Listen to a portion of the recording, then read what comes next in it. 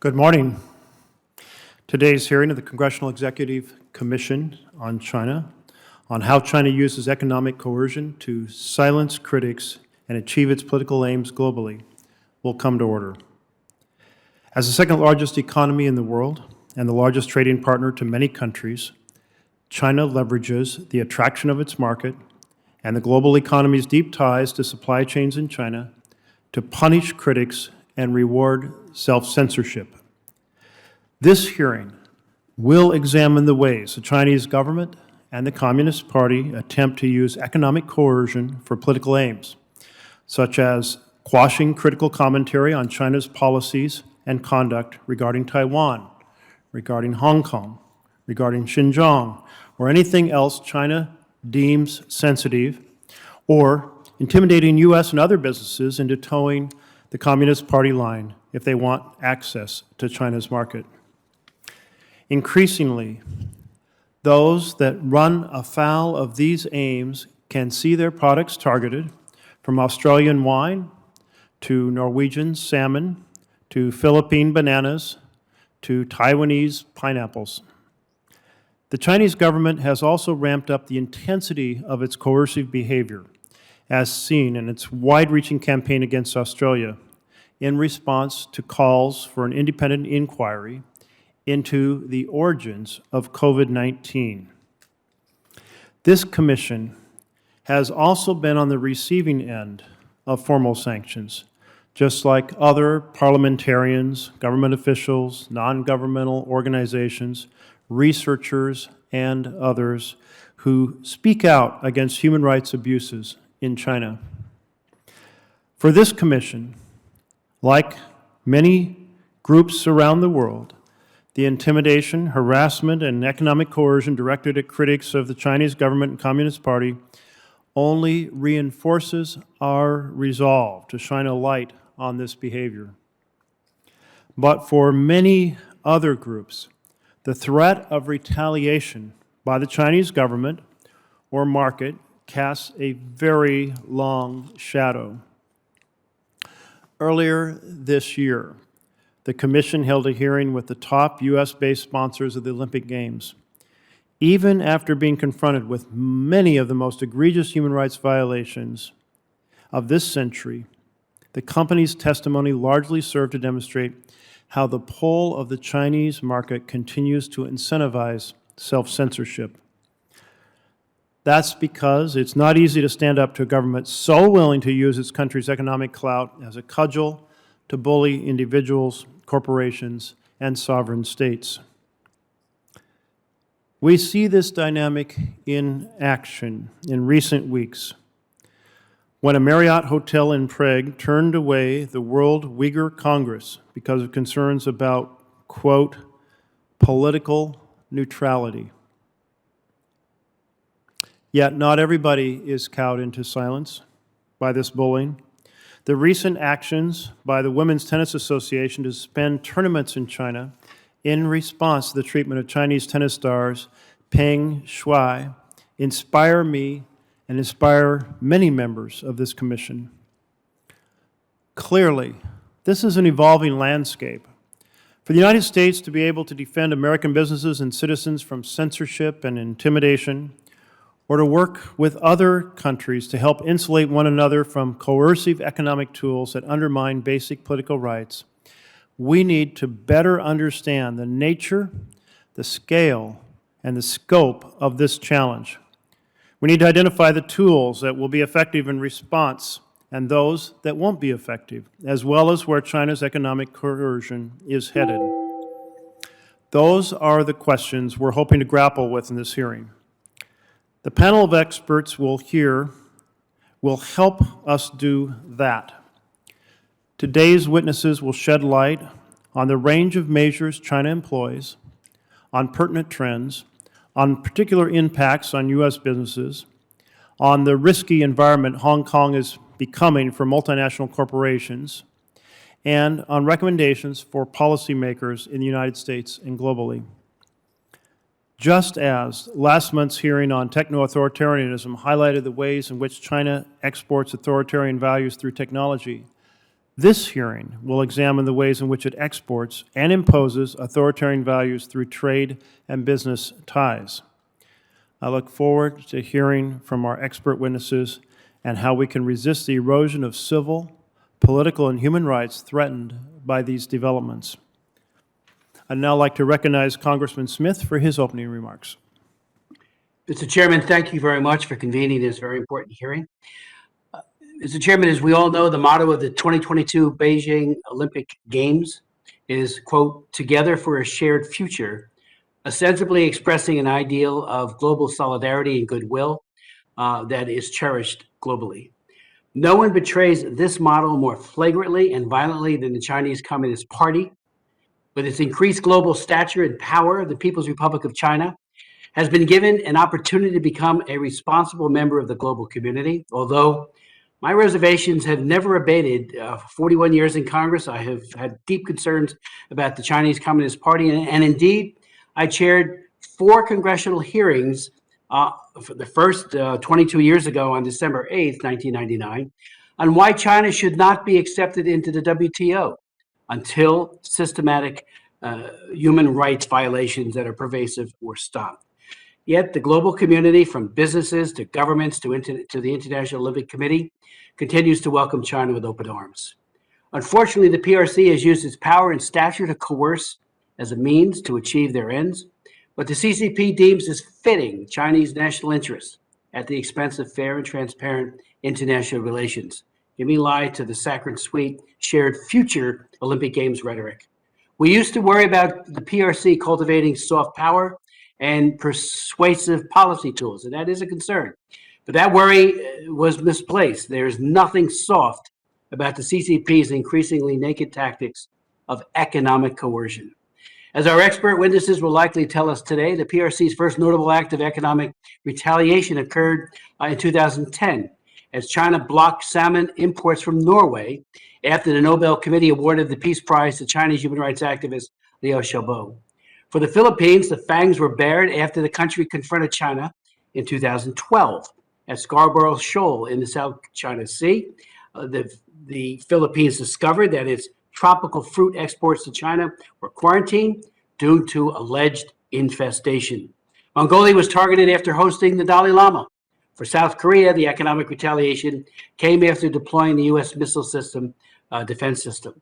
For the UK, it was for supporting pro-democracy protesters in Hong Kong, while China retaliated against the Czech city of Prague for signing a sister city deal with Taipei. Hardly a week goes by without some reporting of Chinese economic coercion. The most recent target seems to be Australia and Lithuania, and on multiple fronts. In some, the list just keeps growing, and it's not just restricted to any certain industry or region. Indeed, perhaps countries could take heart by Lithuania's brave resistance to the PRC, a country that suffered firsthand from the derogations of communism. Because of the openness to closer ties with Taiwan and its withdrawal from the Beijing-led 17+1 group of mostly Central and Eastern European countries, the PRC has stopped clearing exported goods from Lithuania through customs and has interfered with the workings of the Lithuanian embassy in Beijing, in violation of the Vienna Convention on Diplomatic Relations. Rather than buckling under, Lithuania announced that its officials would not be attending the genocide Olympic Games in Beijing. Indeed, perhaps Lithuania would have gone even further had the U.S. led by example and fully boycotted the genocide Olympics, unless the venue were moved from the PRC to another country. If the Chinese Communist Party truly desired to lead globally, it would cultivate trust and friendship. Yet even this short-term reliance on bullying seems to be backfiring. The adverse effect on China's counterproductive tactic of economic coercion truly is now seeing some consequences. According to the Carnegie Endowment for International Peace, in April 2020, an internal report was circulated by the Chinese Institutes of Contemporary International Relations, a government-affiliated think tank associated with the PRC's top intelligence agency. This report concluded that, quote, global anti-China sentiment is at its highest since the 1989 Tiananmen Square crackdown. Even in Asia, where strong economic ties with China are construed to be critical to development. Anti-Chinese sentiment is indeed growing. Last year, Vietnam issued its first defense white paper in 10 years, in which it rejected Beijing's claims and criticized China's maritime tactics, citing, quote, unilateral actions, power-based coercion, violation of international law, militarization, change in the status quo, and infringement upon Vietnam's sovereignty, sovereign rights, and jurisdiction as provided in international law, close quote. Malaysia and the Philippines are building up their militaries and strengthening outposts that would help push back against Chinese expansionism. The New York Times recently reported that anti-Chinese sentiment in South Korea has also grown so much this year that China has replaced Japan, the former colonial ruler, as the country regarded most unfavorably in South Korea. China is reportedly also approaching challenges from within, tottering along a demographic precipice. From 2020 to 2050, it will lose 200 million working age adults and gain 200 million senior citizens, all of which will impose monumental social and economic costs, severely testing China's leadership. And all of that is attributable, of course, to child limitation policies, including the almost 40-year one child per couple policy. Moreover, China is running out of resources too. Water has become scarce, and the country is importing more energy and food than any other nation. It is evident that where its leadership rational, the PRC would change its behavior to obtain global support and cooperation.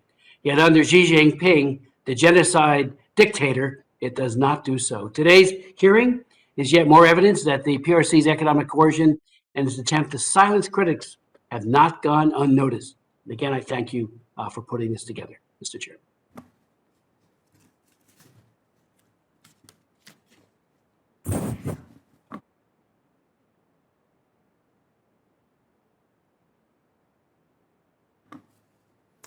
Congressman Swazi, do you have opening remarks? Thank you, Mr. Chairman. Thank you so much for yet another hearing where we are trying to call to people's attention of what the Chinese Communist Party is up to and what they are trying to do to impose their will throughout the world. I sound like a broken record, but I've said this before that, ever since the 1970s, when Nixon went to China, we thought that the more that China was exposed to the United States and to the West generally, the more they would become like us, the more they would look at the ideas of democracy and of human rights and of capitalism. And that just has not happened. They do not share our values in any way whatsoever. And in the 1980s, we were worried about the car companies from Japan and Germany taking over our manufacturing base, and they did a pretty good job of it. But we changed the way we did business, and we really moved aggressively with technology and globalization, looking for the best prices wherever we could throughout the world. And China was a great opportunity for us to reduce the cost of consumer goods here in the United States of America. But now we are paying the price. China has become one of the world's dominating forces, and they are breaking the rules on a regular basis. And that's why this hearing is so important, to talk about how they're using their power. We talk about in America all the time the whole of government. Well, the Chinese Communist Party is certainly using the whole of government to advance their ideas and to try and hide from the world how they even treat their own people, whether it's the Uyghurs in the Xinjiang region, or the students in Hong Kong, or the Buddhists in Tibet. They just subjugate people and ethnic minorities, religious minorities, because they want to have uniformity in their country. But they're using every single possible tool at their disposal, whether it's intellectual property theft, whether it's forced technology transfer, state intervention in markets, and certainly the Belt and Road Initiative. And now we see that whenever anybody dares to speak out about their treatment of the Uyghurs, or to speak out about their treatment of the press or the students in Hong Kong, or their treatment of the Buddhists, they will do everything they can using the whole of government to try and hurt them economically, whether it's the NBA or basketball teams or celebrities or major corporations of the United States of America, or manufacturers or hotel chains. They will do whatever they can to withhold economic benefit, to sanction, to hold American and international companies accountable for saying something that they disagree with. And we need to continue to wake up the people of the United States of America and the world community as to the abuses by the Chinese Communist Party. And we need to recognize that they're pretty effective. They have managed to use the whole of the government and use every tool in their toolbox to suppress a discussion about their human rights violations, about their unfair trade practices, and about their attempts to try and become the global power economically, militarily, technologically. We have such an important role. And I thank you, Mr. Chairman, for holding this hearing to call everyone's attention to what the Chinese Communist Party is up to and the power and effectiveness they are using to do that. Tom Lantos, a Holocaust survivor and former member of Congress, and certainly one of our great advocates for human rights, said the veneer of civilization is paper thin. We are its guardians and we can never rest. And that's why this hearing and the other hearings you've held, Mr. Chairman, are so important. And we thank you for doing it. And we appreciate the witnesses for being here today to share their thoughts. Thank you. Thank you, Congressman. I'd now like to introduce our panel. Bonnie Glacier is the Director of the Asia Program at the German Marshall Fund of the United States. She was previously a Senior Advisor for Asia at the Center for Strategic and International Studies. Ms. Glacier is a non-resident fellow with the Lowy Institute in Sydney, Australia, and a Senior Associate with the Pacific Forum. Zach Cooper is a Senior Fellow at the American Enterprise Institute and Co-Director of the Alliance for Securing Democracy. He also teaches at Princeton University, is a partner at Armitage International, and co-hosts a net assessment podcast for War on the Rocks. He previously served on staff at the Pentagon and White House and has conducted research at the Center for Strategic and International Studies and the Center for Strategic and Budgetary Assessments. Jenny Wong is a Senior Strategy and Research Associate at the Human Rights Foundation, where she works on Asia-related research, projects, and campaigns, and spearheads the organization Oslo Freedom Forum in Taiwan. She is co-author of the Human Rights Foundation's report, Corporate Intimidation and Censorship in China, Recommendations for Foreign Companies. Ho Fong Hung is Henry M. and Elizabeth P. Weisenfeld Professor in Political Economy at Johns Hopkins University's Paul H. Nitze School of Advanced International Studies. He is the author of City on the Edge, Hong Kong Under Chinese Rule, Clash of Empires, From Chimerica to the New Cold War, and China Boom, Why China Will Not Rule the World, and Protest with Chinese Characteristics. Our witnesses will now proceed in that order. Ms. Glaser, you are first. Chairman Merkley and distinguished members of the Commission, thank you for holding this important hearing and inviting me to participate. As the world's top trading nation, the second largest market, and one of the largest providers of development finance, the PRC has the potential to wield significant influence by using both economic sticks and carrots. In the past decade, there have been dozens of instances of PRC economic coercion, which include threats and the imposition of economic costs by a state on a target with the objective of extracting a policy concession. China's employment of economic coercion and positive economic inducements have had only limited success in compelling targets to change their behaviors. But Beijing has successfully deterred countries and companies from undertaking actions harmful to Chinese interests, including refraining from criticizing PRC policies. There are known instances where Chinese officials have threatened economic consequences against countries that refuse to side with China in votes at the UN Human Rights Council. Since 2010, the PRC has used economic coercion more and more frequently. And in virtually every case, the targets have been companies and industries in democratic states, based on an apparent calculation that pressuring influential business constituencies in democracies will mobilize them to lobby their governments to change policies detrimental to China. Unlike traditional economic sanctions, Beijing's economic coercion usually relies on informal measures that provide plausible deniability and enable China to ratchet pressure up or down as needed. Chinese economic coercion tactics include import and export trade restrictions, tourism curbs, popular boycotts, and other measures. Over the years, Beijing has become increasingly bold in the use of such tactics. In 2 recent cases, the PRC has banned the import of almost a dozen products from Australia and blocked all imports from Lithuania in violation of WTO rules. Despite limited success and occasional blowbacks, Beijing continues to view economic coercion as a valuable tool in its economic statecraft toolkit. This is likely because it judges that the cost to China is negligible. Recent developments, such as the AUKUS deal and the pending EU anti-economic coercion tool, suggest that countries are willing to band together to impose greater economic costs on China. The United States should undertake unilateral steps, as well as with like-minded partners, to counter and deter potential Chinese economic coercion, as well as prepare measures to limit potential damage to companies and industries. First, the most effective defense against trade coercion is to diversify trade relationships. The U.S. should identify sectors which are overly dependent on Chinese markets on both the export and import sides, and therefore vulnerable to coercive trade practices. National and local governments should actively promote trade diversification. Second, the United States should help potential targets of economic coercion to develop tools to identify cases of trade coercion and respond quickly.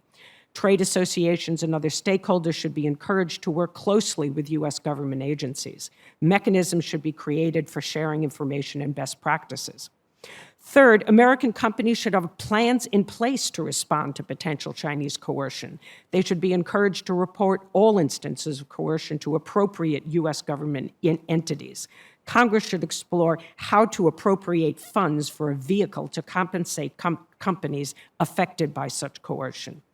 Fourth, Congress should examine whether companies should be required to report or disclose when they are subject to pressure or benefits from Chinese measures, including subsidies.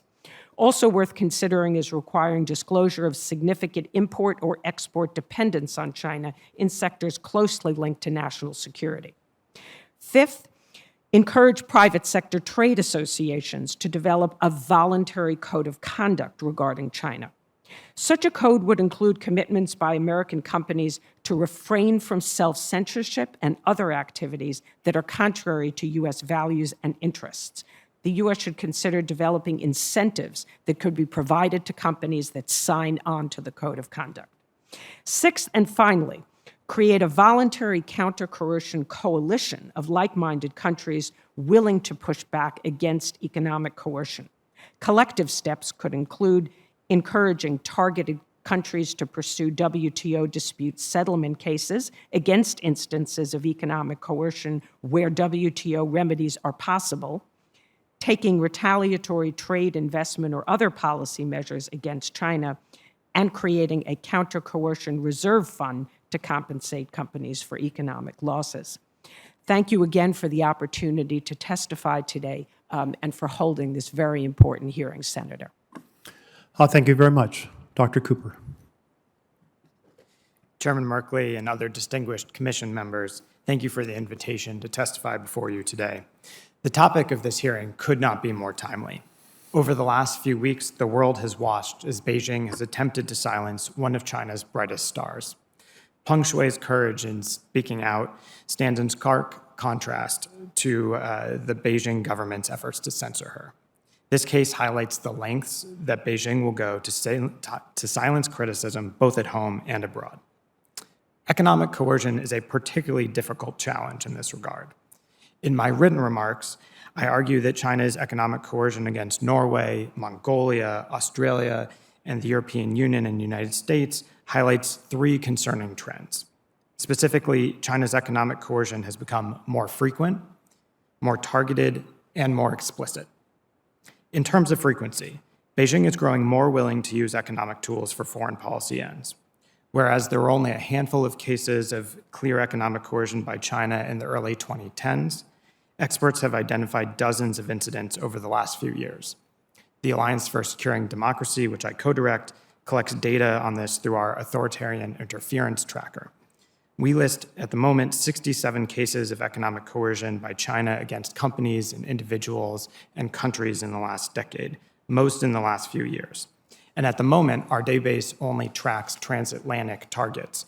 so it doesn't deal with any of the Asian or other targets that are well known.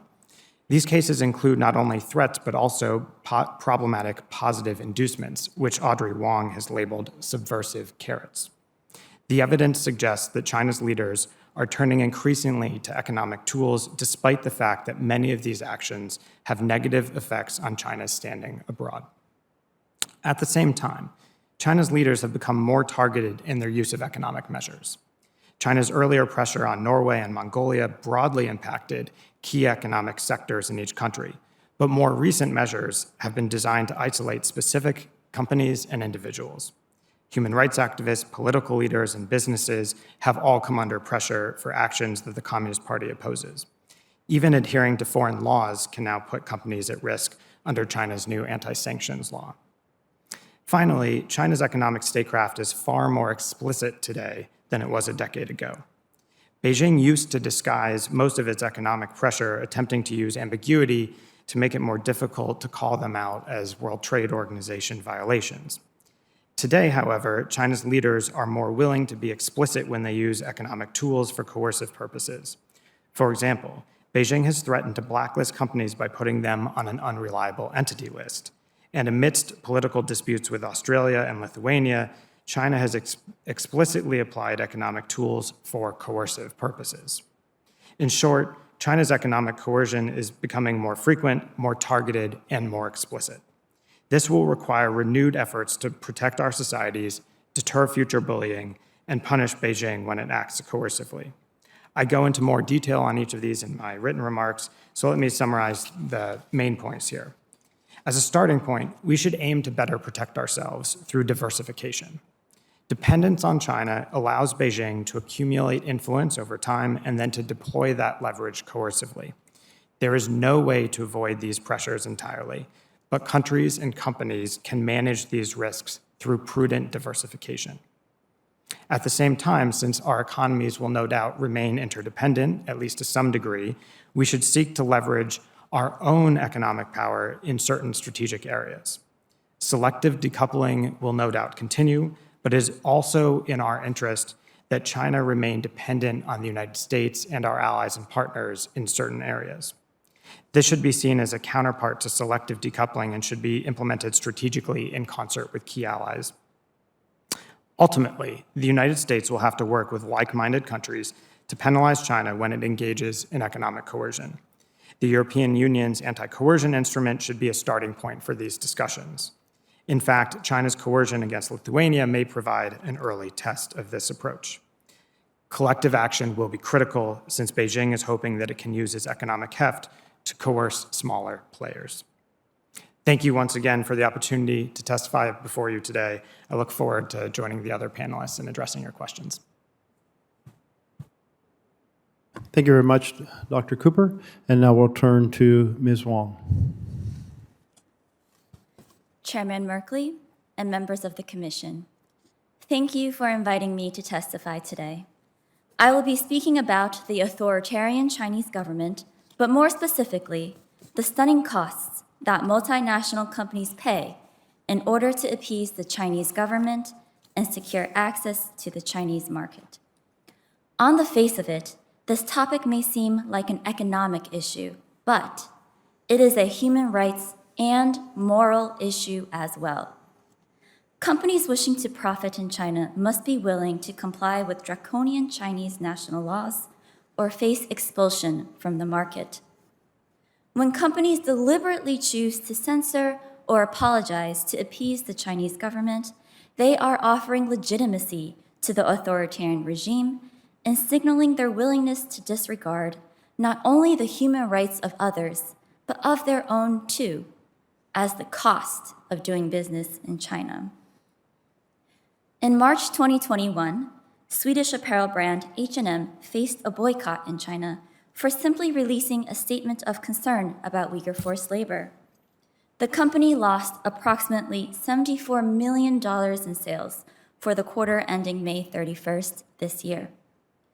With the 2022 Beijing Olympics just weeks away, it is expected that the Chinese government will continue its fierce campaign of economic coercion as a strategic tool to intimidate firms to remain silent about its human rights record. Based on my observations, as described in my written testimony, companies are now choosing from 3 methods to approach China's economic coercion. 1, they embrace it. 2, they capitulate to it. Or 3, they condemn it. We must be demanding better of these businesses that employ, supply, entertain, and house our people. When companies are not held accountable for embracing or capitulating to China's economic coercion, they will not fully recognize the severity of their actions. In order to approach China's economic coercion with human rights central to the discussion, immediate next steps should be to raise awareness about such coercion and to increase accountability. To raise public awareness and visibility, my recommendations are to approve legislation to establish the China Censorship Monitor and Action Group. The establishment of this group would be a critical first step towards raising awareness about how the Chinese government impacts the freedoms of multinationals, specifically those founded on liberal values in democratic countries. Additionally, Congress should mandate greater transparency among American companies by introducing legislation that would require them to publicly report their respective exposures to China. To increase accountability, my recommendations are to sign H.R. 1187 into law, which would mandate the Securities and Exchange Commission to define environmental, social, and governance ESG practices. Recently, there has been more awareness about climate change and environmental issues. It is imperative for corporations to remember ESGs also include human rights and ethical considerations. Furthermore, especially in light of the U.S.'s diplomatic boycott, we should request a follow-up with the witnesses of the sponsorship of the 2022 Beijing Olympics hearing to discern whether they have taken any concrete actions to address what was discussed. Businesses with global operations have great influence, both positive and negative. It is up to Congress to help influence, inform, and prompt them to uphold our values, to avoid complicity, and to stand firmly with human rights in response to China's economic coercion.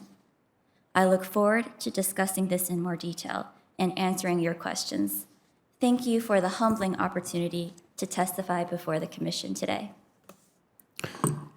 Thank you very much, Ms. Wong. And now we turn to Dr. Hung.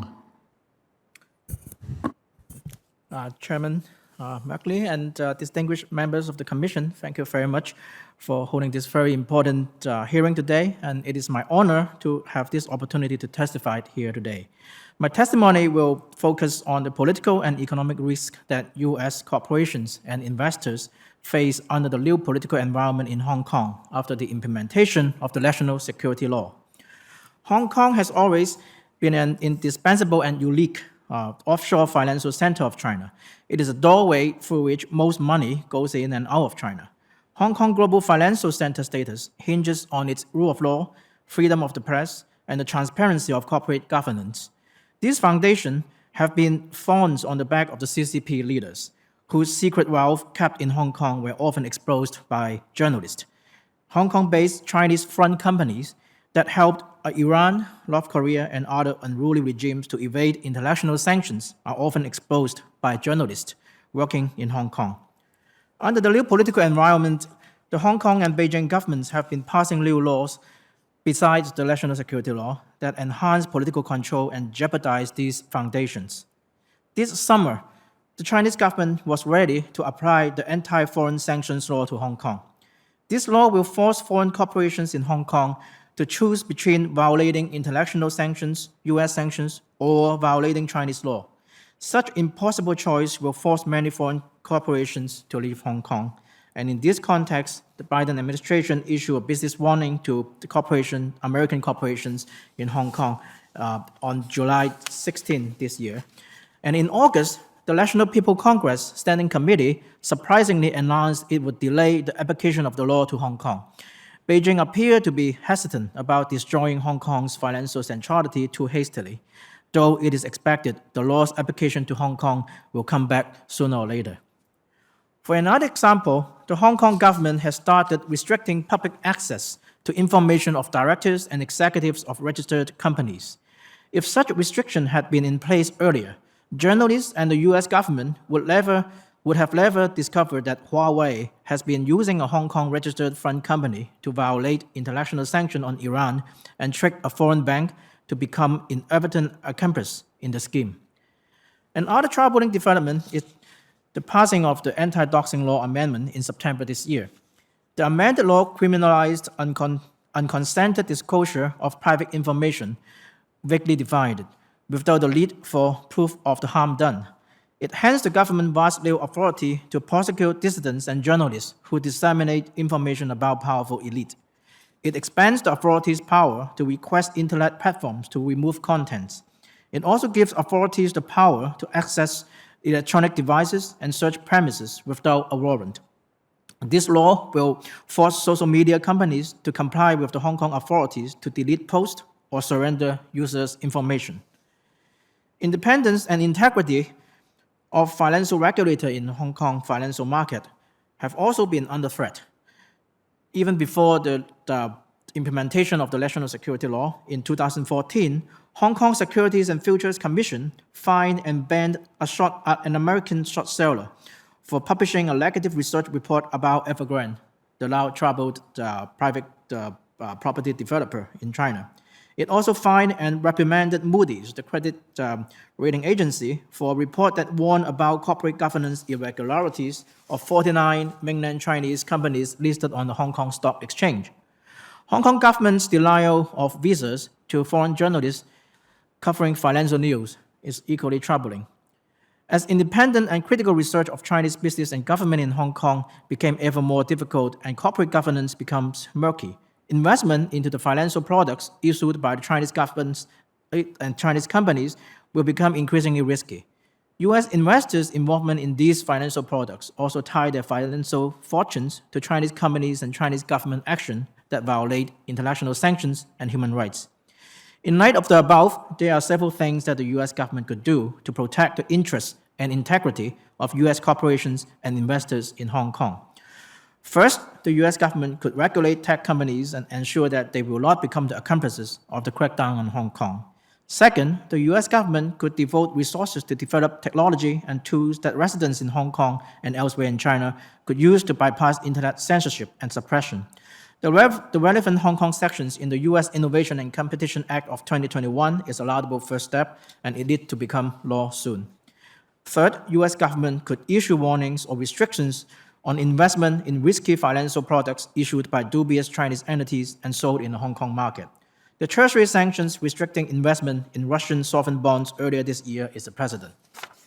Fourth and last, foreign journalists in Hong Kong is the last line of defense for fair, clean, and level playing field for foreign companies in Hong Kong. The U.S. government needs to use whatever diplomatic tool available to ensure the free operation of foreign journalists in Hong Kong. Again, I have to thank the chairman and the commission member for holding this hearing, and I look forward to your question. Thank you. Thank you very much. We're now going to proceed to 7-minute periods for questions. I encourage our witnesses to keep your remarks pointed and tight so we can get to as much information as possible. And Ms. Glacier, I wanted to start with you. You're arguing for collective strategies. The United States just announced a diplomatic boycott of the Olympic Games to draw attention to both the stripping of political rights in Hong Kong, but very much also the genocide against very ethnic minorities, including the Uyghurs.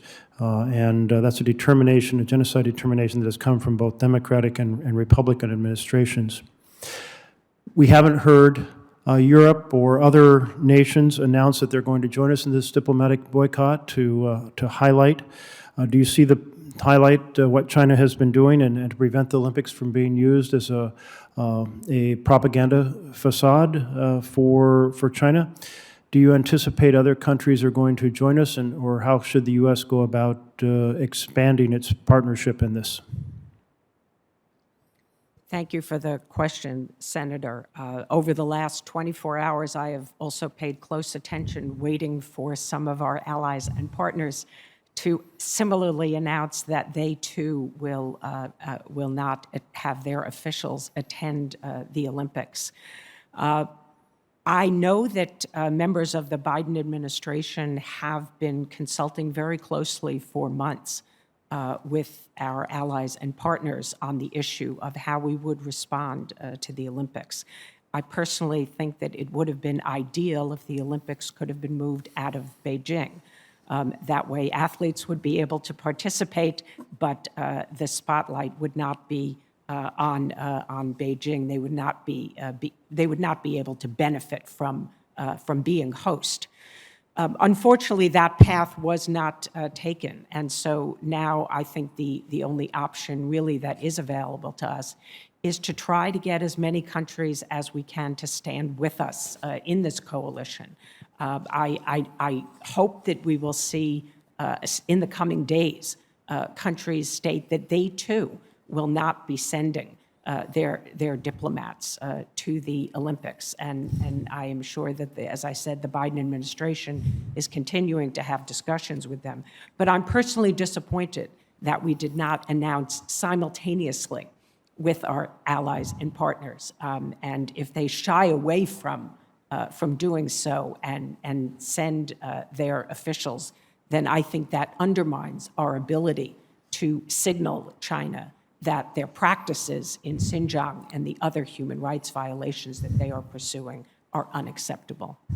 You know, I was thinking about how China internally has such effective censorship to prevent Chinese citizens from knowing what is going on in the world in terms of reaction to China's policies, and pondering whether if there is enough publicity around these strategies of economic coercion, that the damage to China's reputation around the world might, in their eyes, start to exceed the value of trying to discourage criticism.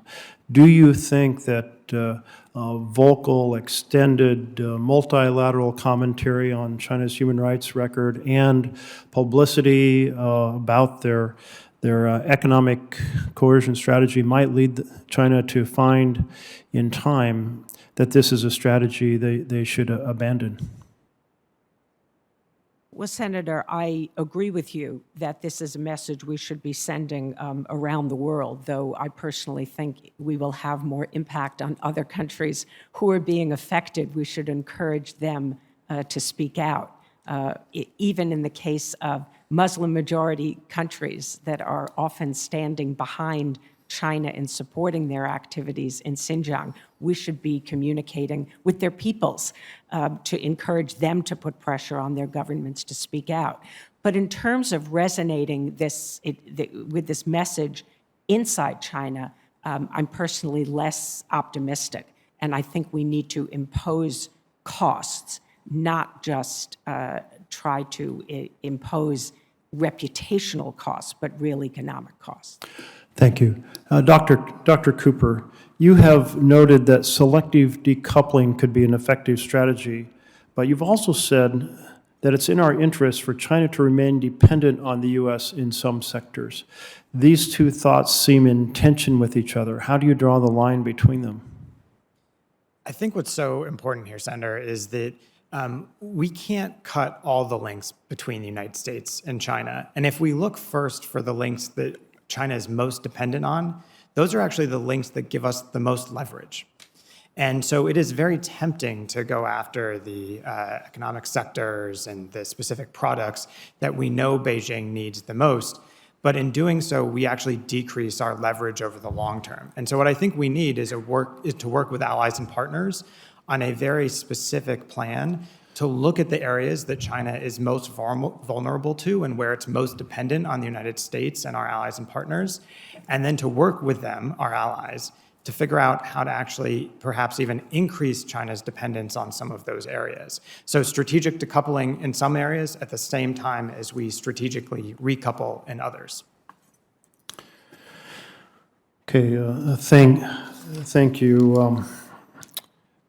Ms. Wong, when we see a situation how China treats Australia in blocking a dozen plus products, or we see how Lithuania is being treated with particular kind of complete exclusion of their products, how should kind of the free world respond to back up those countries and alleviate the economic costs and therefore undermine the effectiveness of China's strategies?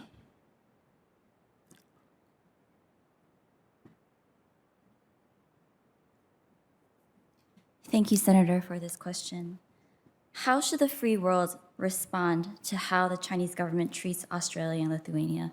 First, I think it is important for us to work closely with our allies and to work closely with our partners, but we should also be looking internally, domestically here as well. We need to also be pushing our companies domestically to be accountable and to learn more about the nature and the scope of China's economic coercion. Thank you, Senator.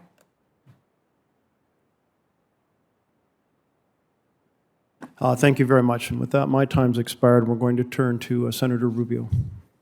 Thank you, Mr. Chairman, and thank you all for coming in and doing this. It couldn't be more timely, although this is a major issue all across the board. My questions are largely geared on something you've all talked about and what the purpose of this hearing is, and that is the ability to leverage economic power, whether that is direct spending and investments that they make, that China's Communist Party makes abroad, or access to their marketplace, to get all kinds of actors to bend to their will, international organizations, countries and governments, and corporations. It is my belief, and I think well-founded, that there are major American corporations who are either witting or unwittingly lobbyists on behalf of the official narratives and policy preferences of the Communist Party of China. And the reason is pretty simple, and that is they go to them and say, if you want to continue to have access to our, whether they say it or they imply it, if you want to continue to have access to our marketplace, if you want to continue to be able to sell things here, which represents X amount of your annual revenue, then we expect you to go talk to your quote-unquote friends in America and get them to back off. And I think that perhaps the most stunning example of it has been the cowardly but real effort behind the scenes by several corporations who benefit from slave labor to impede the passage of the Uyghur forced labor bill that the chairman and I and so many others, including in the House, have been working on.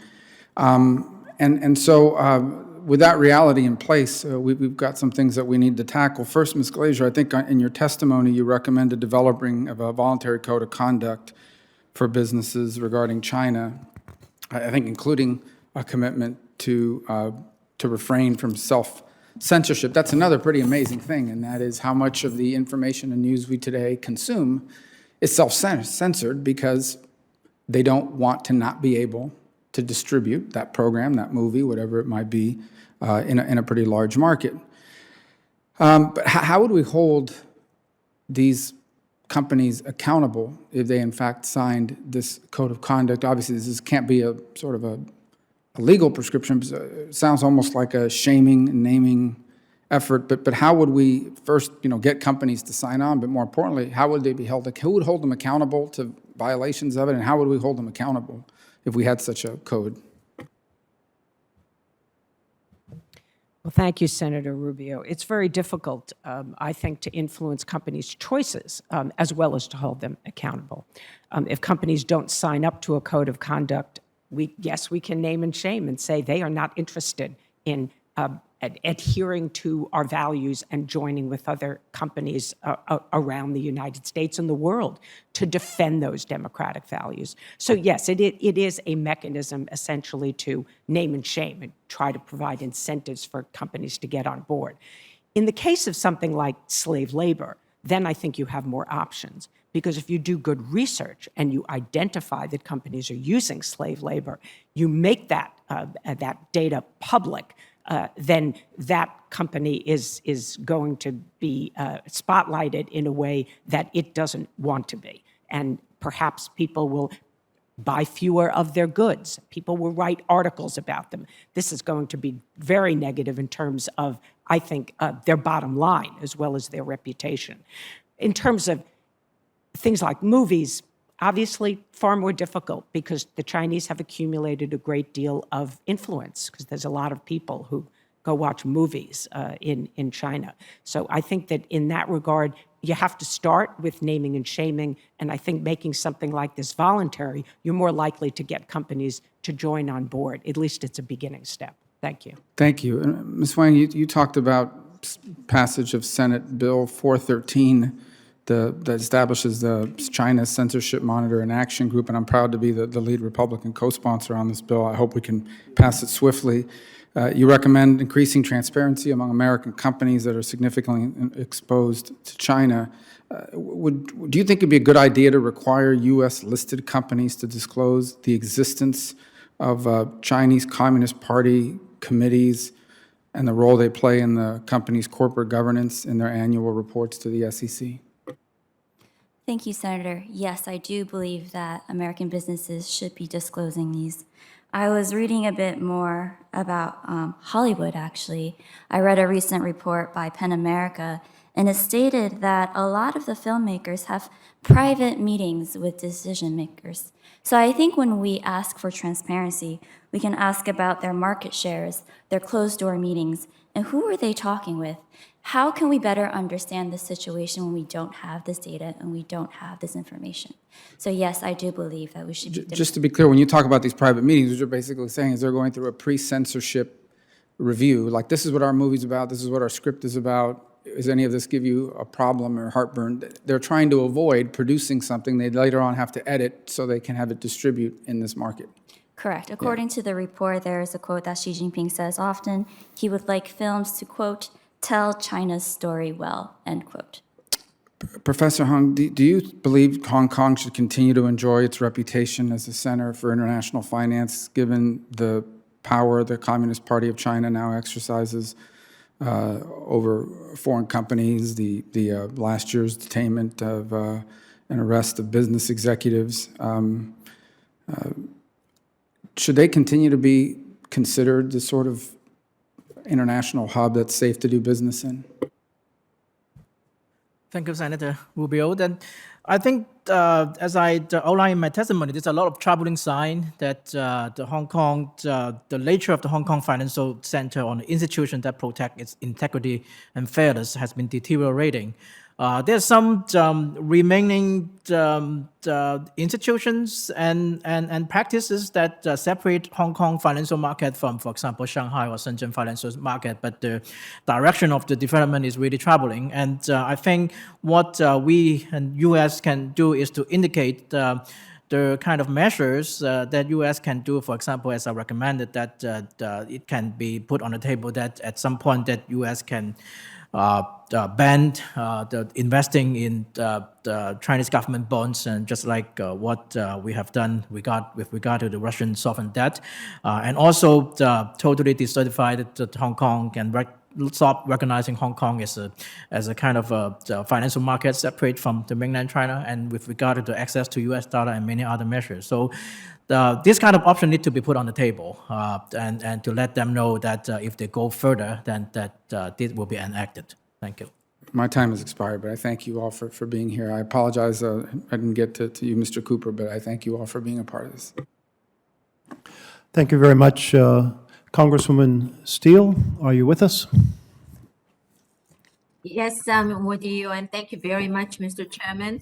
Thank you all the witnesses coming out, and I'm just so grateful because we really have to make China transparent and stop the human rights abuses.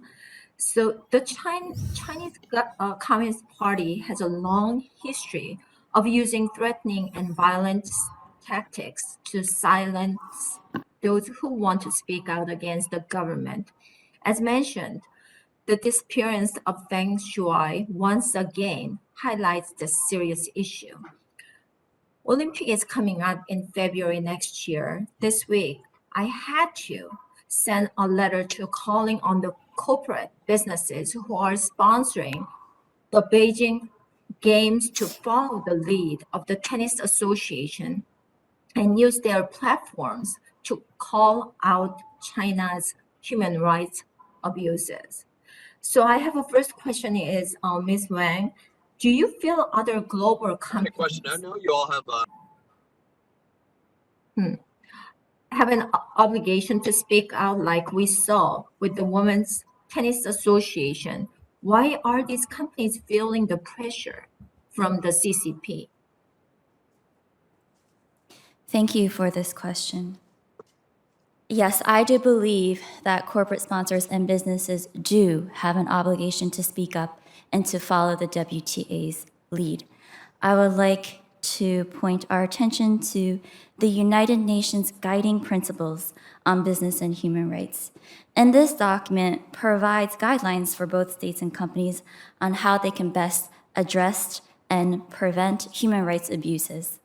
And furthermore, what I think is most crucial and important about these guiding principles is that it states that when there are conflicting requirements, so for example, in US and China, companies must honor internationally recognized standards of human rights. So for example, the Universal Declaration of Human Rights, as well as the International Covenant on Civil and Political Rights.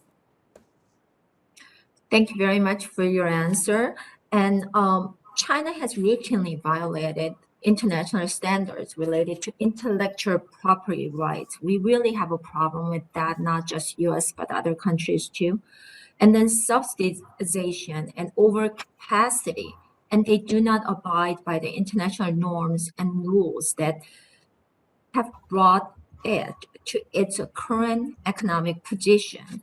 So I want to ask Dr. Cooper or Bonnie Glacier, Ms. Glacier, how can other global leaders hold China transparent and accountable in an international system that is free, open, and fair? And is that really possible? Thank you, Congresswoman. This is such an important question. I think there are at least 3 steps that we have to take. First, the United States has to realize that it needs to work with allies and partners to address this issue. Addressing it unilaterally has not been effective. So we need to work with our key allies, especially the G7 countries and perhaps an expanded group of countries, to address Chinese unfair economic practices, especially intellectual property theft. That means, in my view, that we have to be looking at trade agreements that would hold China and others to high standards. So I know this is a difficult issue up on Capitol Hill, but that means thinking about what is the Trans-Pacific Partnership or its follow-on agreement going to be, and how can the U.S. take a leadership role there, not just in bilateral discussions with China. And then finally, I think we have to make this a key issue in the relationship. So China always talks about its core issues. Well, there's something like $300 billion of U.S. intellectual property being stolen each year by China. That has to be a core issue from an American perspective on the relationship. And China has to understand that if it doesn't adapt its behavior, that's going to have some very severe negative effects over the long term on the U.S.-China bilateral relationship. Okay. Thank you very much. Professor Hong, the Chinese government has worked hard to manipulate public opinion and censor pro-democracy leaders in Hong Kong. What does it look like for American business that want to do business inside of Hong Kong? What kind of censorship intimidation are we seeing in Hong Kong today by the CCP? Thank you very much for the question, Congresswoman. Then the American business and foreign business have been complaining about unfair treatment and unlevel playing field and biased regulatory enforcement in mainland China for a long time. And for a long time, Hong Kong has been upholding its separation from mainland China in this regard and maintain a kind of a relatively fair and open, transparent corporate environment. But unfortunately, in the recent years, it has been deteriorating in Hong Kong, and many American business and foreign business in Hong Kong are starting to face some of the same challenge that they have been facing in mainland China. And particularly after the implementation of the national security law, it's not only the national security law that create additional political economic risk to American corporation, but the political environment has changed, and the government's mentality and assumption has changed. For example, in the recent months, there's a draconian quarantine and I would say unscientific closure of the borders of Hong Kong, and then the American business and Chamber of Commerce have been lobbying the Hong Kong government to relax this rule because it is very bad for global firms in Hong Kong. They cannot see their families and they cannot travel, but they didn't listen and then they didn't loosen. So the government definitely now take a kind of a priority on the political consideration over economic consideration, and the situation in Hong Kong is deteriorating for the American and global business there. Thank you, Professor Hong. Yeah, so, you know what, it seems like it's getting worse and worse every day. How are you going to fix it? And how Hong Kong government can really participate and work and try to make sure that these American businesses, that, you know, they can just do free business here, like, you know, just most of the countries that they go in and they can do as long as they follow the rules. But these rules are getting tougher and tougher because Chinese government is imposing. How are we going to fix this, and how are we going to go, and what is Hong Kong's future? For one thing, that some American business and other foreign business in Hong Kong have been diversifying their operations to other financial centers farther away from China, and for example in Singapore, and then they can continue to do business with their Chinese clients, but no longer in Hong Kong, but in Singapore. In fact, some private equity funds run by some well-connected mainland Chinese businessmen has already reportedly diversified their operation to Singapore. And it is going to be a trend, and definitely that the CCP and the Hong Kong government want to maintain Hong Kong as a financial center, but with the deteriorating regulatory environment and the other situation, that it can turn Hong Kong into another kind of financial center. It is what I worry about. That is a kind of financial center which is more like Caribbean tax haven and money laundering center. It is also a financial center with a lot of money coming in and going out, but it will be very different from the financial center of Hong Kong right now, that based on fair and transparent corporate governance and open of information and so on and so forth. So it can become like that, and if it is the case, then it will be very unfortunate. So this is Thank you very much. We now turn to Senator Langford. Thank you. Mr. Chairman, thank you. Thanks to all the witnesses for bringing the facts and information to our conversation today. Professor Hong, I want to continue on with our dialogue on this, on the Belt and Road Initiative and what China's doing in countries around Africa, around multiple regions of Asia, around the Western Hemisphere, Central and South America, to be able to influence markets, but also to be able to control minerals, to control ports, control airports, and to be able to take on some of the sovereign debt. You have written about some of these issues, specifically about them taking on debt around the world and how sustainable that is, but also the effect for those individual countries as well. Can you elaborate more on that? Thank you very much for the very important question. And actually, that is the design and the intention of the Chinese government to now use Hong Kong as a kind of an offshore financial center, as to channel money and to finance a lot of these kind of Chinese companies going to Belt and Road. And in this regard, and Chinese definitely is extending a lot of loans and debt to the Belt and Road country. But at the same time, that U.S. still have a leverage to shape how this development can unfold, because many of the Belt and Roads loans that or out of Belt and Road and then bilateral loans or multilateral loan for the AIIB are actually denominated in US dollar. The reality is that the world economy is still very much reliant on the US dollar as the reserve currency and a kind of a transaction currency. And so a lot of these developing countries and in Asian countries, when they borrow money from China, they refuse to take a renminbi loan. And actually, it's very typical development is that in the beginning, Chinese will try to lend in renminbi, but actually the debtor is not interested. So in the end, that China is lending in US dollar. And so far as China is relying on US dollar, then the many Chinese entities and Chinese corporations are relying on Hong Kong financial market to raise debt and bonds in US dollar and through the Hong Kong financial market raise capital in Hong Kong dollar, which is actually packed with the US dollar and fully convertible. So in this regard, in the international transaction clearance and through the SWIFT systems and also the Hong Kong access to US dollar, US still has a lot of leverage in influencing the China behavior in Belt and Road and the developing world. Dr. Cooper, earlier, Ms. Wong was asked about Australia, and I want to be able to drill down this a little bit more on supply chain issues and what example we can take from what China has done using economic leverage on Australia to our own supply chain issues that we're facing now and the potential for that in the future. So Ms. Wong had the opportunity to be able to answer that. Dr. Cooper, I wanted you to be able to also talk about this as well. What should we see from the issue of Australia? What should we learn from that? And what awareness should we have around supply chain issues?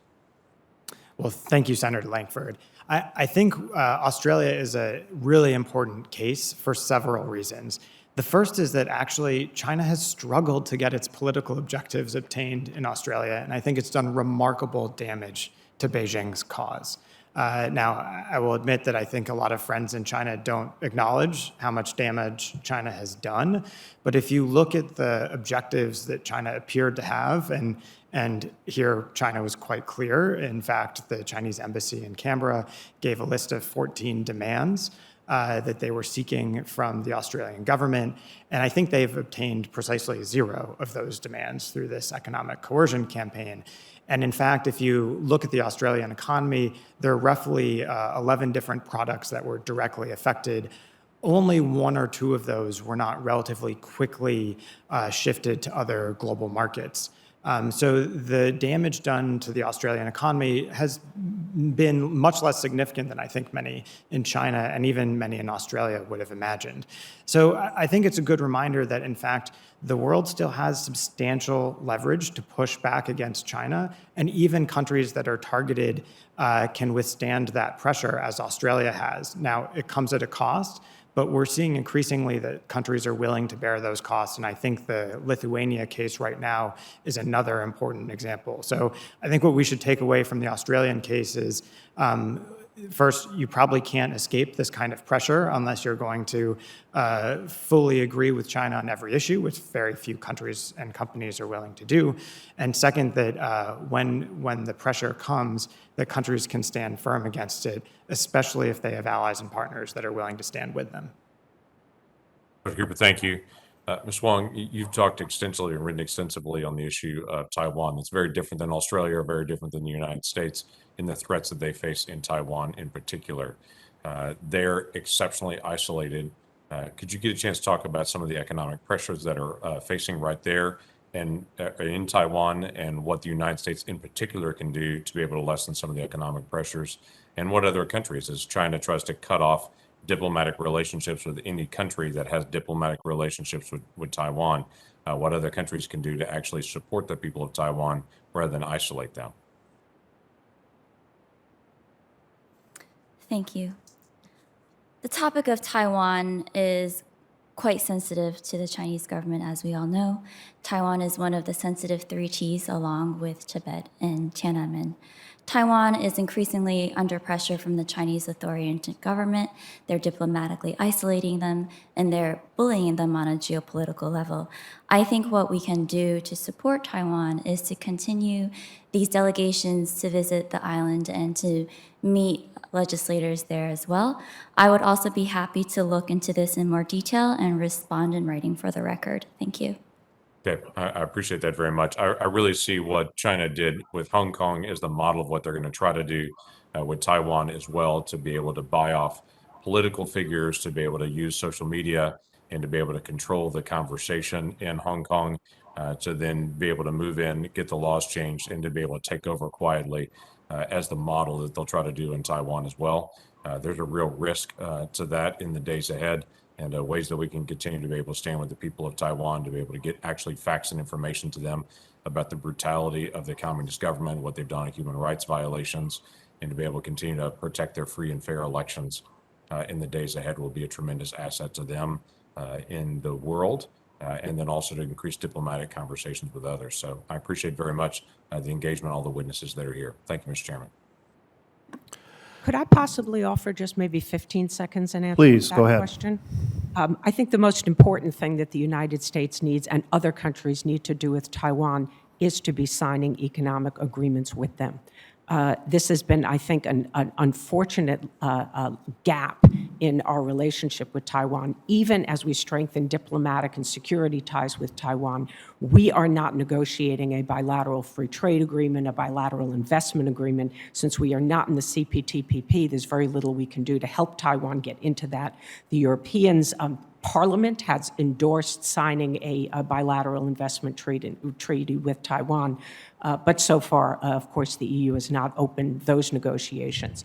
So Taiwan is increasingly isolated economically. They have they've signed free trade agreements when Ma Ying-jeou was president with New Zealand and with Singapore, and then China has boxed them out of being able to sign other agreements. And I think it's really important for countries around the world to stand up to China, and we can do so and strengthen Taiwan's security and the economic prosperity of the island by negotiating such agreements. Thank you. Ms. Glacier, thank you. Thank you, Mr. Chairman. Thank you, Senator Langford. And we'll turn back to the House to Congresswoman Wexton, who represents Northern Virginia and the Shenandoah Valley. Thank you, Mr. Chairman, and I want to thank all the witnesses for coming and appearing before us today and talking about this really important topic. You know, one of the things that has become clear to me the more that I learn about China is that they play the long game.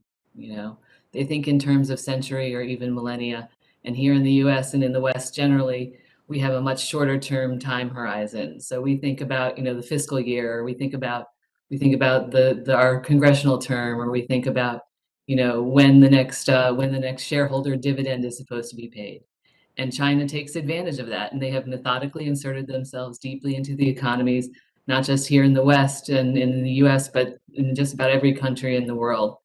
And they have been able to do that by manipulating, you know, our systems and what we value here in the US. And here it's really kind of been twofold. It's been the cheap goods that they're able to that US companies are able to sell all around the world.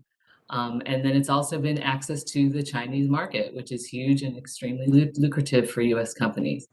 So, Ms. Wong, I'm very glad that you mentioned the Women's Tennis Association. I want to get to that in a moment. But Ms. Glacier, I want to talk with you a little bit about your comments on the China pressuring U.S. companies to do kind of their dirty work for them, right? And to lobby us here in Congress for what they want to see happen legislatively. And I know that most of us on this panel have been on the receiving end of this same kind of pressure about the Uyghur Forced Labor Prevention Act, and I'm glad to see that that will hopefully be moving through the House shortly. But I know that I've been on the receiving end of that for my Uyghur Forced Labor Disclosure Act. And so, Ms. Glacier, if you could talk a little bit about the pressures that come from U.S. corporations in order to do China's work for them here in Congress.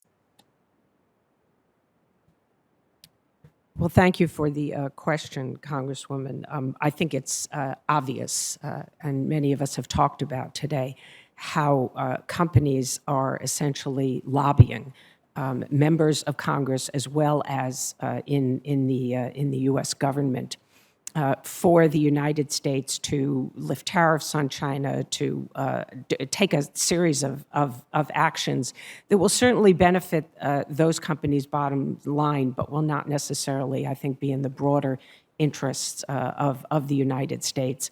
I was at the U.S.-China Business Council annual gala this past week, where our Undersecretary of State, Jose Fernandez, really gave a terrific speech laying out some of the problems that that China presents, the challenges in stealing intellectual property and forced technology transfer, its subsidies to companies.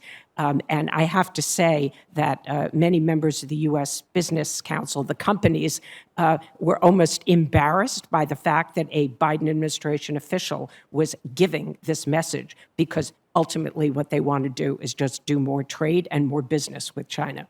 So I think that this is a problem. And I think that we should be trying to bring companies together to understand the consequences for our shared interests. And particularly when it comes to forced labor in Xinjiang, this is something that we should be naming and shaming companies that are sourcing some of their products in Xinjiang. Thank you so much, Ms. Glacier. And it's really not just the forced labor, it's also the genocide that's going on, which brings me to the upcoming Olympics in Beijing for the Winter 2022 Olympics. You know, that's just weeks away. And Ms. Wong, I'm very glad that you mentioned the Women's Tennis Association and its CEO, Stephen Simon, because he truly deserves to be held up as an example of you know, how to handle the Chinese government's intimidations. And I want to add my voice to the chorus of those calling out the IOC for their role as a propagandist in chief for the CCP on this issue. You know, they don't have the best history, but they've really hit a new low with this.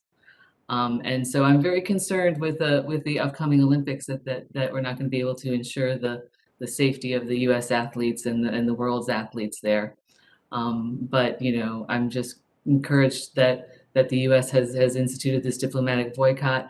I do hope that other nations will join us. I do want to commend Lithuania for really punching above their weight in this area when it comes to pushing back against China's abuses. Now, the WTA is tiny compared to so many of the multinational corporations who are sponsors of the Olympics and who are very, very entangled in their markets over there.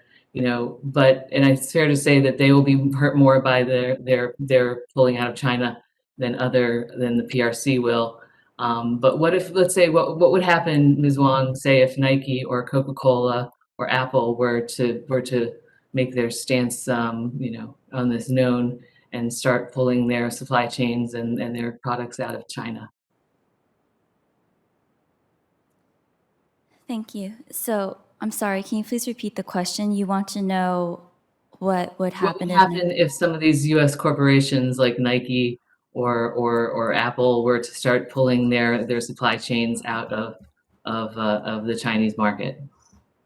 Thank you. I think that would be wonderful news. It'd be great if we saw Apple, if we saw Coca-Cola, and all pull out of China because they're following WTA's lead and standing firmly with human rights and avoiding complicity. According to international law, corporations should not be aiding and abetting human rights abuses. So I would greatly applaud Apple and Coca-Cola if they do not abide to the Chinese government. Thanks. Thank you very much. And Ms. Glacier, do you have any ways that the U.S. Congress and the administration could support those businesses who do wish to support the WTA and take action against China? So I thank you, Congresswoman. I will think about that and get back to you. But I do think we should come up with incentives so that we can give companies a reason to not stand by China. It perhaps, you know, reputational advantage isn't enough. In the case of the WTA, of course, the opposite outcome. If they had not taken the act that they did, I think we would all be condemning them. So the risk of that reputational cost, I think, is important. But I think we should think about more incentives, and I will think about that. Thank you. Thank you so much. Thank you very much, Congresswoman. Expired. I'll yield back. Thank you. We are now going to turn to Senator Ossoff of Georgia. Thank you, Mr. Chairman. A question I'd like to pose to the panel as a whole, beginning with you, please, Ms. Glacier, is when, in your view, have the various policies that we're grouping under the rubric of Chinese economic coercion, when have they been effective from the standpoint of the CCP and achieved the aims of the CCP, and when have they failed? Well, that's a terrific question. I do talk about that a bit in my testimony. The first case in 2010 against Norway, I think, was very effective, and not because of the economic consequences, because they were actually short-lived, and Norwegian salmon producers were able to circumvent restrictions and get their salmon through third markets to China. But the political consequences for Norway were deemed unacceptable. They were frozen out for many years, and finally in 2017 signed a joint statement with China, which if you read it, you can tell it was written in Beijing, that condemned any action that would violate the One China principle, and basically Norway pledged that they would never damage Chinese interests in any way, shape, or form again. In the case of Mongolia, the Mongolian government said that it would not invite the Dalai Lama to visit Mongolia again. So that was another successful case.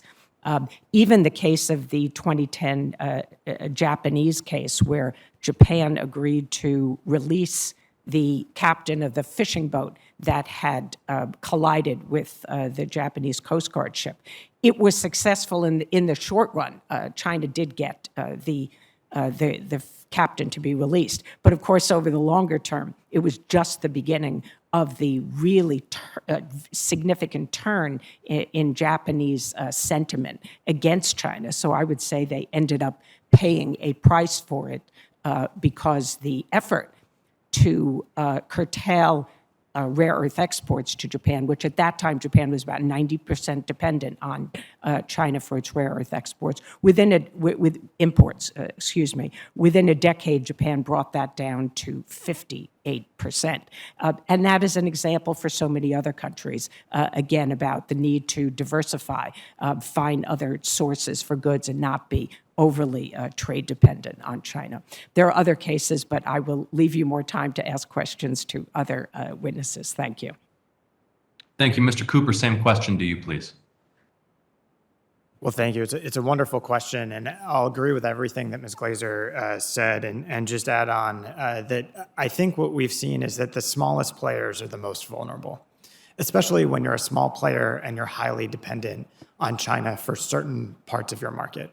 So if you look at the Philippines with tropical fruits and bananas in particular, huge vulnerability there. If you look at other countries like Vietnam with tourism, at times, that's been highly effective. I think the countries that actually have stood more strongly against this kind of economic coercion and been less vulnerable to it are not surprisingly the bigger countries. So China has often avoided targeting the United States with these kinds of economic measures. At least maybe it's gone after individual companies or individuals, but it hasn't gone after the United States as a whole for the most part. It hasn't gone after the European Union as a whole. Look who it's going after now, one of the smallest member states in the EU, right, and Lithuania. I think there's a reason for that. What I think we need to do to demonstrate solidarity with those smaller countries is stand behind them and show that through either an anti-coercion mechanism or some other collective action that actually China can't isolate these smaller countries and that big countries are going to stand beside them. That, I think, has to be the key message, because otherwise Beijing will be able to continue picking off smaller countries and companies and individuals one at a time. Thank you, Mr. Cooper. Ms. Wong, the same question to you, please. Thank you. I will be speaking from a human rights dimension. I believe, of course, China's intimidation and censorship has long been around for decades. So, for example, one of the earliest examples that we can refer to is Disney. Back in 1996, there was a Disney film called Kundan featuring story about Tibet and the Dalai Lama, and that resulted to a Disney ban in 1999. And that ban was only lifted because they had conversations with the Chinese government to open a Shanghai Disney World and also the cartoon Mulan. And this intimidation has been around specifically more about the three T's, Taiwan, Tibet, and Tiananmen. But I believe we saw an uptick in 2019 surrounding the anti-extradition protests in Hong Kong. And I believe there was this uptick then because the protests really captured the global spotlight. And that's when the Chinese government realized that they have these tools at their disposal. They have these tools that they honed in for decades to silence criticism and dissent. So from this perspective, I think China's coercion in intimidating and censoring companies and businesses really increased in 2019 and up until now, and it will only increase as we approach the Beijing Olympics. Thank you, Ms. Wong. And Mr. Hung, my time has expired, but I'll send that question to you for the record. I yield back, Mr. Chairman. Thanks again to our panel. Thank you very much, Senator. And now we'll turn to the House side. Congressman Mast from Florida's 18th Congressional District. No, I thank everybody for their testimony. I've enjoyed it. I've enjoyed the analysis. There was probably one of my favorite speaking and spoke about a number of things in this speech, but he gave a poignant phrase at one point, which has been used different times throughout history, and it said, "Those who had the most to lose have done the least." Can somebody in this panel prove me wrong, prove that sentiment wrong in this case, as it relates to this chameleon, crooked communism China that we're dealing with, and the three T's that were just brought up, and COVID-19, and the list could go on and on, all of the economic coercion that we see across the globe, whether from to large economies or strong economies, to smaller economies and weaker economies. Could somebody prove me wrong, or rather prove that sentiment wrong, not me wrong, but prove that sentiment wrong, that those that have the most to lose have done the least as it relates to this situation?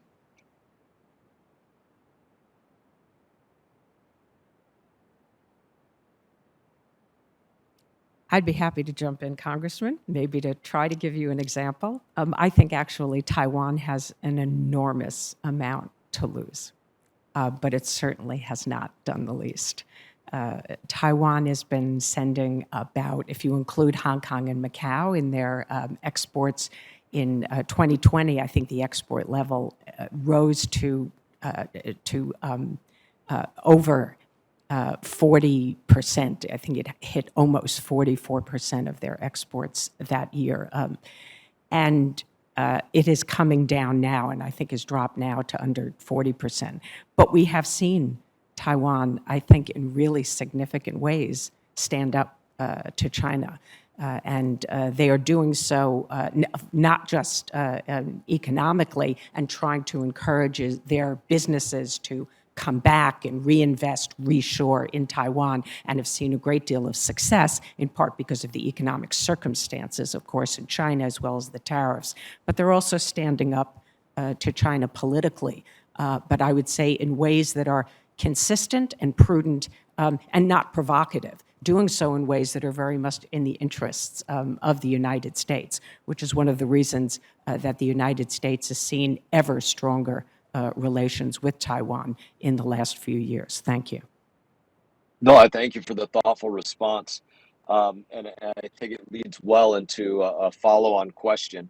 What, number one, could we all learn from Taiwan's response, if you would call that the strongest response? And an additional follow-on to that would be this: why should the response not be provocative?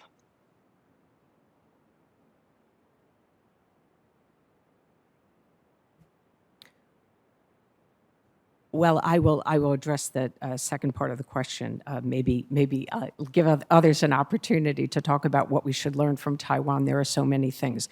But if Taiwan were to take actions that were deemed by Beijing as being exceedingly provocative, we could end up in a situation where Xi Jinping decides to use force to, as they would say, reunify Taiwan with China. I think that that would be catastrophic. And so therefore, I believe the best set of policies by Taiwan and by the United States is to help keep Taiwan strong and enable it to continue its practices of self-governance, being able to develop its own policies, to participate more in the international community, and as I mentioned earlier, sign free trade agreements and other trade agreements, which they are allowed to do under WTO. They are, after all, full members. So when I use the term provocative, what I mean is I worry about the potential for a Chinese attack on Taiwan. I want to see Taiwan continue to be safe and to be able to make their own decisions on behalf of their own citizens. Thank you. Yes, ma'am. And again, I appreciate the conversation on this. Your willingness to speak up on that front. I think for many of us, we could probably say, there's a spoiler alert in this, in that it's not in my opinion, it wouldn't be whether Taiwan is provocative or not. And I'm not trying to dissect you in this way. I don't think you're trying to make all of these points, but it brings it up. I don't think it's that the fact that Taiwan is or is not provocative that keeps them from violent actions of China.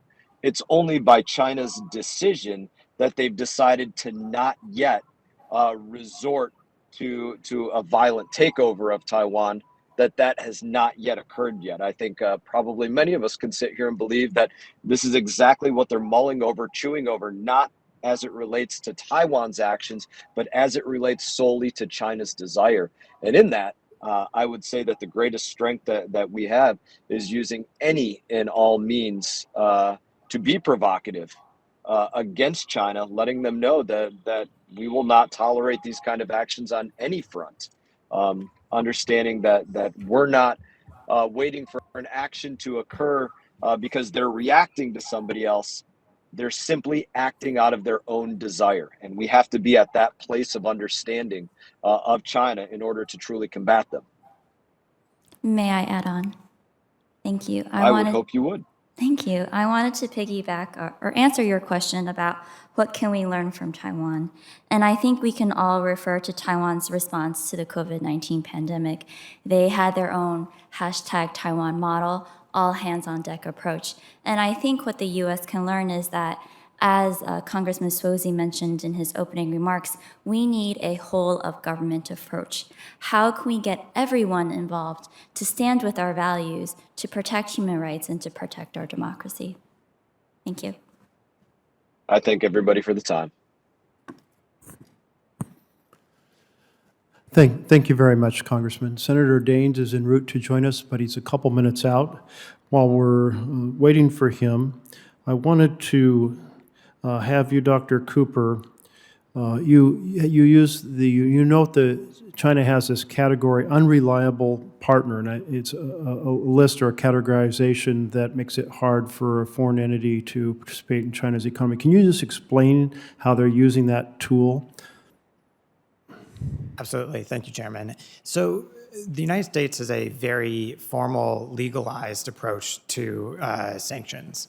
And China has, for a very long time, had almost no formal legalized approach to sanctions. And I think what we've seen in the last few years is Beijing realizing that actually it would be helpful if Beijing had at least a quasi-legal approach.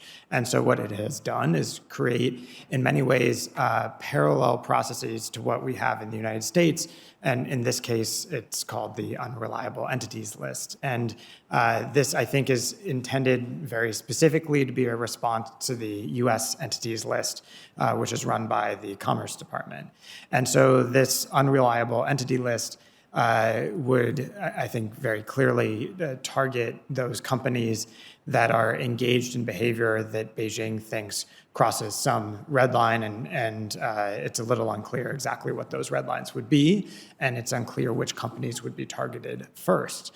But I think what we do know is that China is looking to create what will at least appear to be legal mechanisms.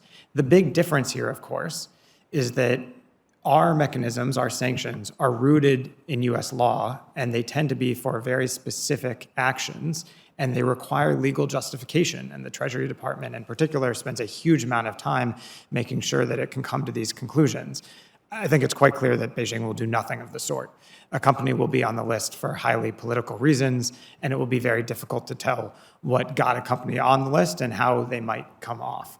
And so that's the case not just with the unreliable entity list, but with some of the other sanctions that China is creating at the moment. So have they put a country or a company onto this list yet, or threatened to put a company or a country onto this list in order to obtain a change in behavior? They have threatened to put several companies on this list. There were reports months ago about a handful of specific companies that might be listed, and my understanding is that they were not formally listed, but none of them have. Yeah, I think no one has at the moment, but other panelists may know more on that. Thank you very much. Senator Daines of Montana. Senator Merkley, thank you, and I want to thank you all for coming before this commission, providing perspective and expertise on this important topic. I spent nearly 6 years working on the ground in China as an American expat, launching brands once upon a time to compete against Chinese brands when I worked in the private sector. I've led congressional visits to China and neighboring countries several times. Just last month, I was in India, meeting with government officials and some tech leaders, talking about trade as well as the threats and the challenges that China poses to the United States, to India, other allies, and even its own people. It's clear that the U.S. needs to work closely with our allies to counter China's growing economic coercion, influence, and its efforts to export its surveillance state abroad. Dr. Cooper, it's clear that China is not satisfied with simply censoring its own population, but also seeks to influence speech and actions abroad, outside its borders, including the self-censorship of scholars, foreign publishers, businesses, even academic journals related to doing work in or about China. What do you believe are the long-term effects of such actions, and what could be done to help both governments and the private sector withstand such pressures? Thank you, Senator. I think there are a number of long-term impacts. Many of them are quite detrimental to China directly. I think one of the clear impacts we've seen is that many Americans, including many experts on China, are unwilling to go to China today because they fear for their safety. And this is not a completely unfounded fear. On my last trip to China, one of the small number of people I was on a trip with ended up in jail later. And what was the date of that? I guess that was 3 years ago. Okay. Michael Kovrig, he's a Canadian citizen, now finally back in Canada after being detained in response to effectively an American court case against Huawei. So I think China has done tremendous damage to its own cause in many ways, and the difficulty with people, even experts on China, being able to go to China is going to be a real problem for understanding what's going on in Beijing, and for Beijing understanding what's going on outside its own borders. And I think that's another thing that we're seeing as a result of this censorship campaign, is actually many people in China don't understand how much damage China has done to its own cause abroad. They don't understand how bad the polling data is outside of China on views, not just of Xi Jinping and the Communist Party, but on the country as a whole. So, we could get into the effects on individual companies and on down the line, but I think China's done tremendous damage to itself through many of these measures. Yeah, just looking at the flow of capital, decisions being made just as we speak, where capital that may have been intended for foreign direct investment in China is now headed to other markets in the region and elsewhere. Australia, in particular, has been targeted aggressively by China. What can we learn from their experience? And what would you say is China's assessment of the reaction by the United States as well as other democracies? I think we can learn a lot from Australia, particularly that if you're willing to stand firmly behind your beliefs, that you can make it through one of these pressure campaigns. And we're certainly not at the end of it yet. I don't know when Australia will get to the end of this campaign. But I do think the Chinese view tends to be that there's no reason to stop putting pressure on Australia, and perhaps eventually Australia will cave. I don't think that's going to happen, and I think it's in our interest to demonstrate that our alliance is very close and that we and our friends will stand with Australia. I think the AUKUS agreement was an effort to do so, but let me say that I think we need to do more for Australia economically. Australia is under economic pressure, and we've responded in part by tightening our alliance in the security area. But if you think about other countries that are going to come under pressure from China, they're not going to get their own AUKUS-type deal. What they're going to want is U.S. support, U.S. economic support, and support from other like-minded countries. And so I think we have to do more to stand with Australia economically to show other countries that actually, if they come under this kind of pressure, that their friends will stand with them as well. Dr. Cooper, thank you. Ms. Wang, China is in the process of testing the digital yuan. While most countries that are looking at digital currencies are concerned about privacy implications, China's motivation stems in large part from a desire to gain insights into the financial lives of its citizens. How could a push by the Chinese government to spread the usage of the digital yuan outside of its own borders threaten human rights in neighboring countries and countries where China has made significant capital investments? Thank you. I think pushing the digital yuan is a threat to human rights and democracy because essentially the Chinese government is exporting its authoritarianism and it is exporting its censorship by weaponizing their power. I think the export of surveillance we've seen play out in Tibet, we see it play out in the Uyghur region, and from there itself, we can see crimes against humanity, against millions of innocent people. So thank you for the question. Dr. Cooper, with regards to Taiwan and China's ongoing and increasing pressure campaign on that democracy, what would be appropriate additional steps for the United States to take to support Taiwan and deter heightened Chinese aggression? I think there are a number of military steps that we should take, and I think we should be focusing most on action and less on talk. But I think one thing that other panelists have already raised is the importance of economic ties with Taiwan. And one thing that we keep coming back to this morning is the importance of diversification. And we should be helping Taiwan diversify. That means giving it other economic options. And so whether it's the United States or Europe looking to make trade agreements with Taiwan, that's the kind of thing that gives countries leverage to push back against economic coercion. And I think that should be a top priority. Senator Merkley, I'm out of time. Thank you. Thank you very much, Senator. And I'm going to ask a few questions in closing here.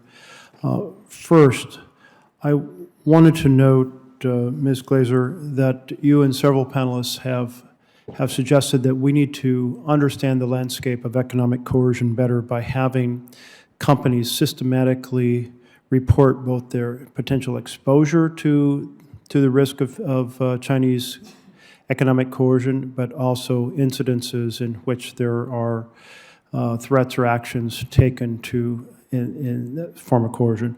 Do you envision a particular congressional law then that mandates companies to report in this fashion? And do we have model legislation for this?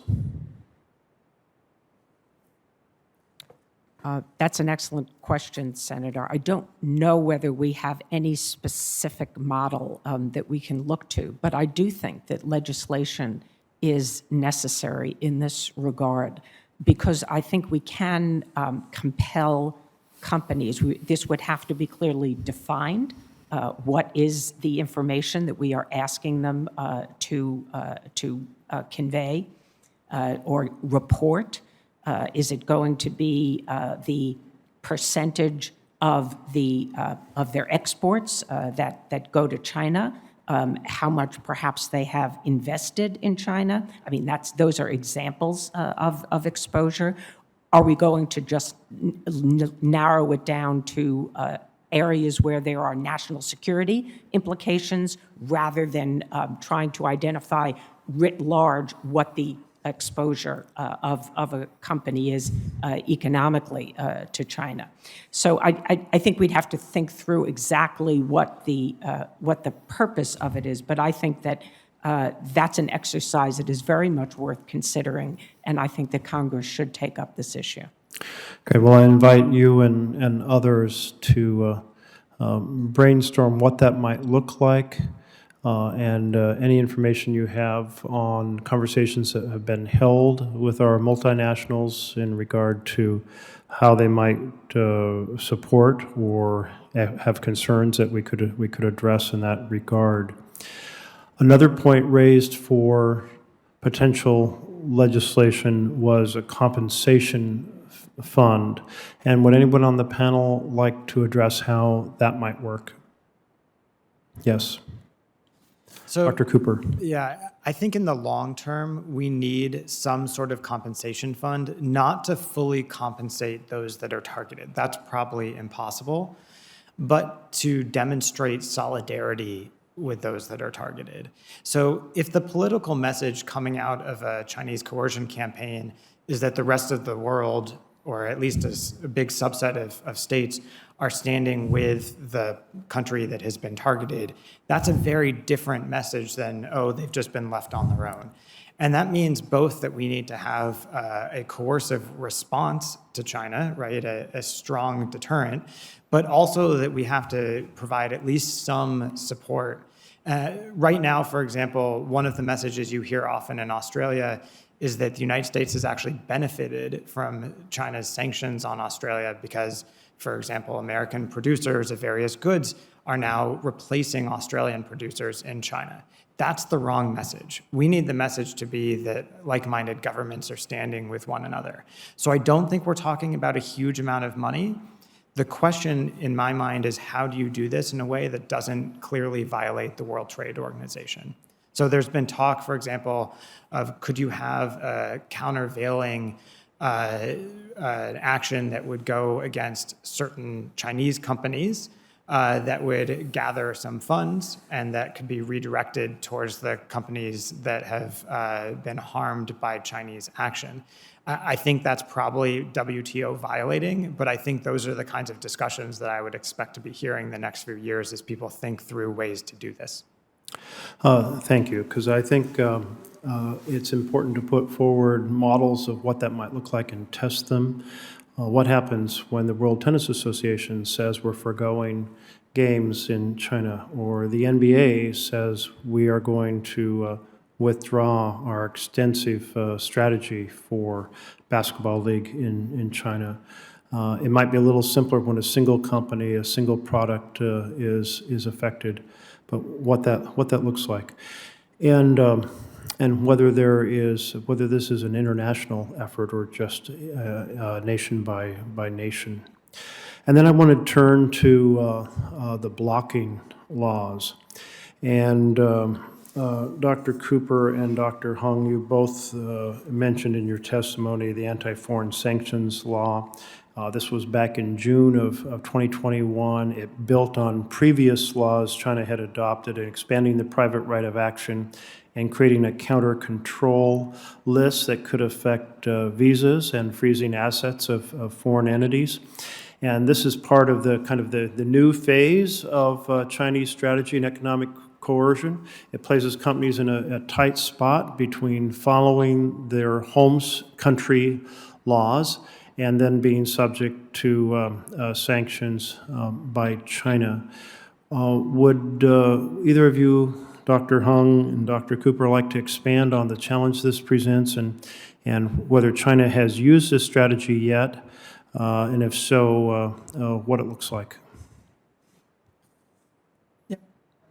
Thank you, Senator. That I would like to respond by saying that right now that the sanction regime that China trying to develop is much less effective and sophisticated than the U.S. one. That's Dr. Cooper already pointed out that the U.S. is very much legal based, and another reason is that the U.S. sanction regime is very much based on the international economic dependence on the U.S. dollar as a kind of reserve currency and as a kind of transaction currency. So a lot of U.S. sanctions against entities and against countries and financial institutions that doing business with them will be in trouble because the transaction need to go through the U.S. dollar system. And it is exactly why they're trying to extend the anti-foreign sanction laws to Hong Kong, but they backpedal, and then there's some estimation about they will delay it or they will actually cancel it, because actually the Chinese company depends on Hong Kong and depend on the Hong Kong financial market for access to U.S. dollar in raising capital and borrowing in U.S. dollar.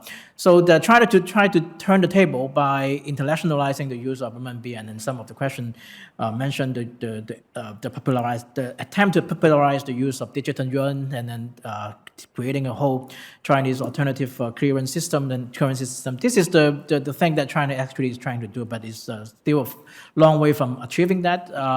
But in that regard, that it was very important for the U.S. to vigilant about this China plan to develop an alternative clearance and currency system, and then uphold the international use of the U.S. dollar, which is the huge leverage that U.S. have regarding these sanctions issues. Thank you very much, Dr. Hung. And I have to note that I may be approaching the last person to vote, and so my team is telling me I need to conclude the hearing. But I think this new phase that China is involved in of creating a legal regime to try to reinforce its strategy of economic coercion is one that merits a lot of attention. Thank you all very much for your expertise and testimony today. To summarize, China is engaged in a massive acceleration of its strategy of economic coercion. Its goal is to silence criticisms around the world, to be able to conduct egregious actions, whether it's stripping Hong Kong of political rights or engaging in genocide, and have the world not respond. But here in the free world, it's essential we stand up for our values, our human rights values. It's essential we respond. A huge thank you to the Biden administration for announcing yesterday a diplomatic boycott of the Olympic Games, and we must challenge every other nation in the free world to join us. A huge thank you to the Women's Tennis Association for being very powerful in its response to Ms. Peng's treatment, the tennis star's treatment by the Chinese government. They're really setting a great example.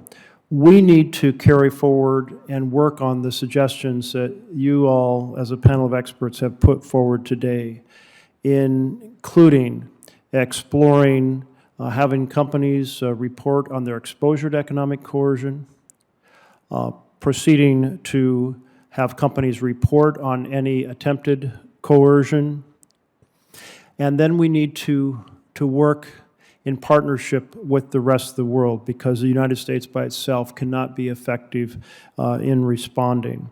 So thank you for standing up for the human spirit. China has said that it's criticizing the United States for its diplomatic boycott, saying it's not in keeping with the Olympic spirit. I'll tell you what's not in keeping with the Olympic spirit of uplifting humanity, and that's crushing humanity by stripping people of their political rights and engaging in genocide. Thank you all very much. And the official closing here is that the record will remain open until the close of business on Friday, December 10th, for any items members would like to submit for the record or any additional questions for our witnesses. This hearing is adjourned.